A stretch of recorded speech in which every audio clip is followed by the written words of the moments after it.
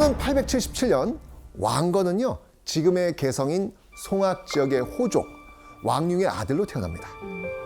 왕건은 해상무역을 했던 집안 대대로 서해를 오가며 한반도의 여러 해안 지역과 교류하면서 네트워크를 쌓아나갈 수 있었던 거예요. 견훤이 평민 출신으로 태어나 정말 자수성가한 케이스라면 왕건은 태생부터 풀소유, 재벌가 출신인 거예요.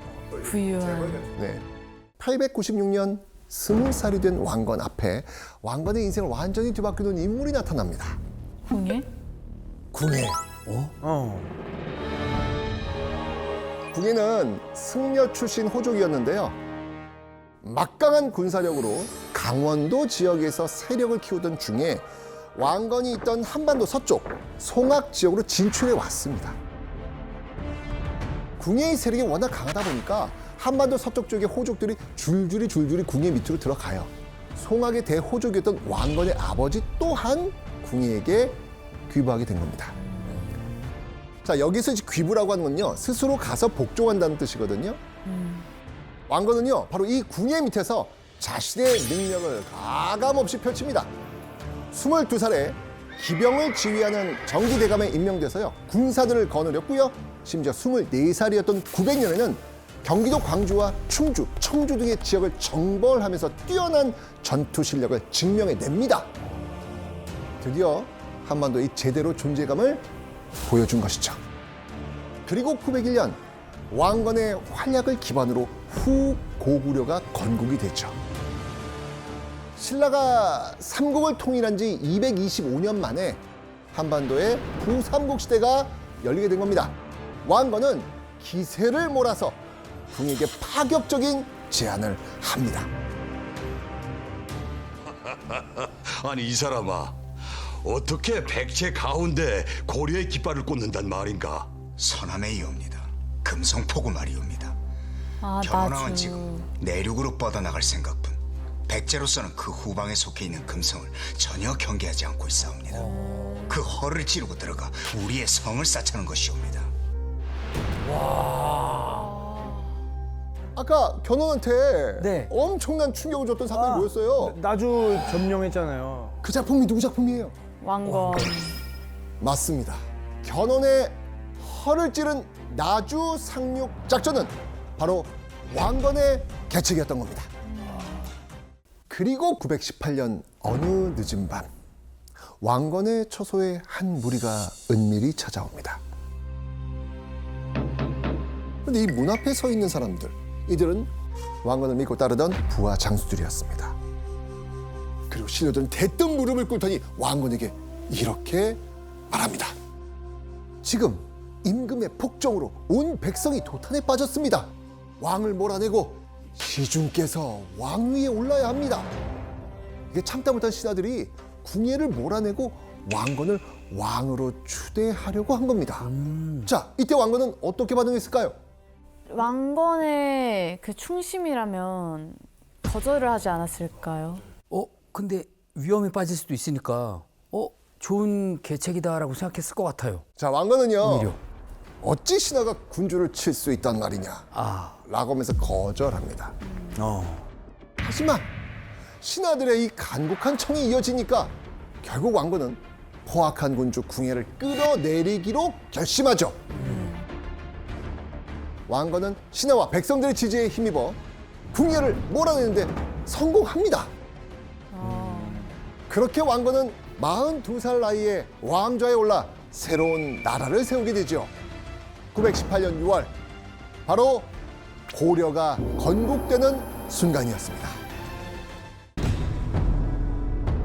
927년 9월 왕건에게 급하게 서신이 하나 날아듭니다. 발신자 신라의 경혜왕. 견훤의 군대가 쳐들어오자 우호 관계였던 왕건에게 경혜왕이 SOS 친 거예요. 자, 왕건은 이번에도요 신라에 무려 1만 명의 지원군을 보냅니다. 엄청난데? 그런데요 이게 후백제군의 공격을 막기는 좀 역부족이었어요. 거기다가 이 신라 천년의 수도 경주가 이미 견훤의 손에 들어갔다는 충격적인 소식까지 듣게 됩니다. 자, 이 상황에서 왕건은 어떤 결정을 내렸을까요? 내가 직접 군대를 이끌고 견훤과 후백제 군과 맞서겠다. 고려의 왕건과 후백제의 견훤이 조물성 전투 이후 전면적으로 맞붙었던 두 번째 전투, 공산 전투입니다. 왕건이 숨죽이고 견훤을 기다리고 있던 그 순간 드디어 저 멀리서 견훤의 군대가 다가오는 게 보이기 시작합니다.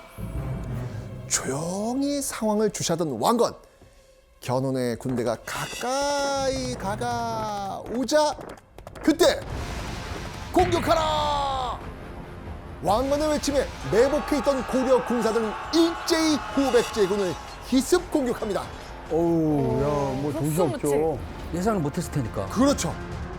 후백제군은 혼비백산 흩어지면서 도망치기 시작합니다.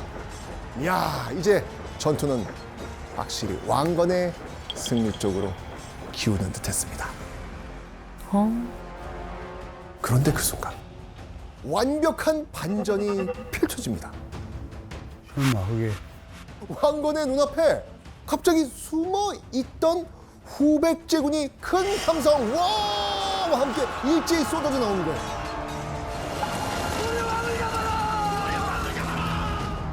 속임수였나? 견훤도 이걸 생각하고 있었던 거야. 사실 견훤은 후백제로 돌아가는 길에도 긴장의 끈을 놓지 않고 있었습니다. 정탐병들을 보내서 고려군 왕건이 매복해 있다는 정보를 입수했던 것이죠. 그리고 후퇴하는 것처럼 속여서 왕건의 고려군을 유인했고 이중으로 매복해 있던 후백제군이 분산된 고려군을 각계격파했던 겁니다.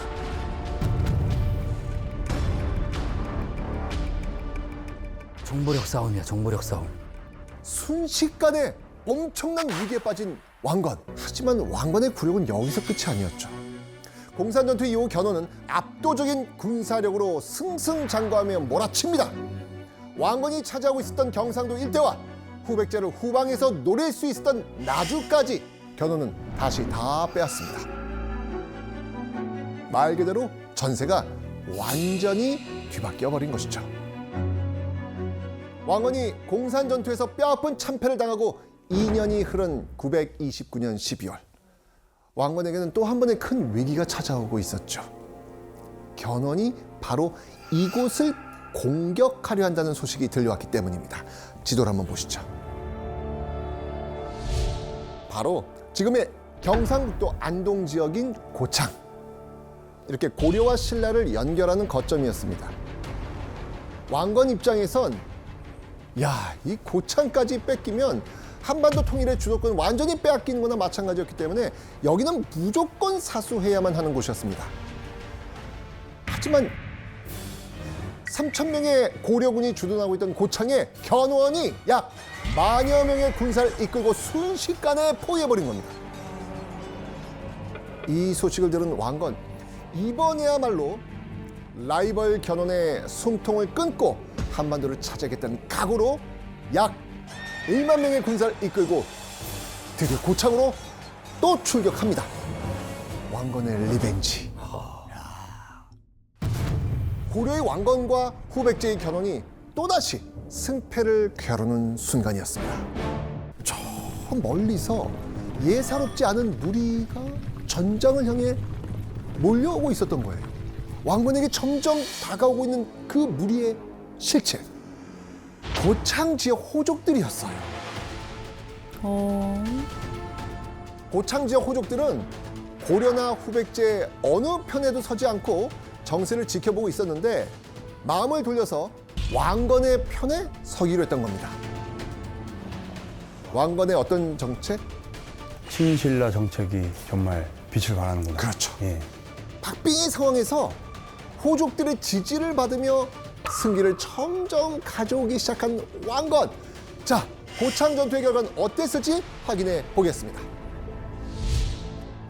드디어 더불어 싸우다가 저녁이 되자 견훤이 패하여 달아났으며 죽은 자가 8,000여인이었다. 결과는 고려 왕건의 대승이었습니다. 리벤지의 성공. 고창 전투의 승리 이후 신라의 30여 군현이 왕건에게 투항해 왔고 동해안 쪽에 기반을 둔 수많은 호족까지 왕건에게 기부해 옵니다.